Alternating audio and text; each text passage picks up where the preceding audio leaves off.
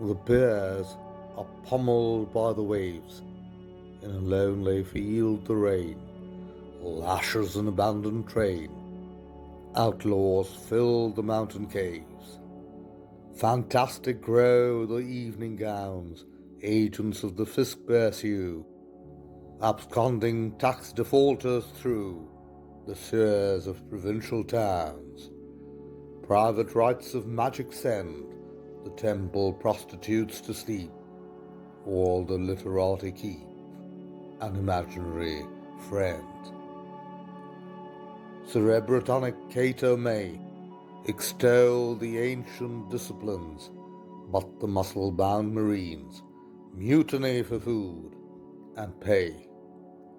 Caesar's double bed is warm as an unimportant clerk writes, "I do not like my work," on a pink official form.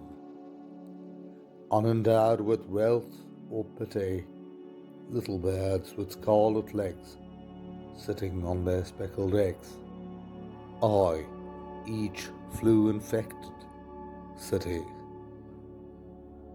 Altogether elsewhere, vast herds of reindeer move across miles and miles of golden moss, silently and very far.